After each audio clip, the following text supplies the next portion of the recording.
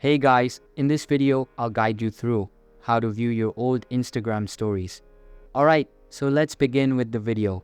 Stories on Instagram disappear after 24 hours, but you may easily find and review all stories that you have uploaded earlier. So first of all, open your Instagram app and make sure it is updated to latest version available. After that, go to your Instagram profile page and press on the three lines icon in the top right corner. Your account settings will be displayed on your screen. Here, find the archive option and hit to open it. As soon as the archive opens, you will see all your previously uploaded stories. In order to review a certain story, click on it.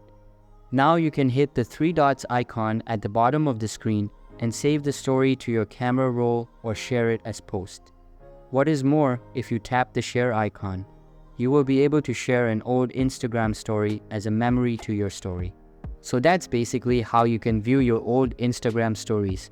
So that's all for this video. If you find it helpful, consider subscribing and giving this big thumbs up, and I'll catch you in the next one. Thanks.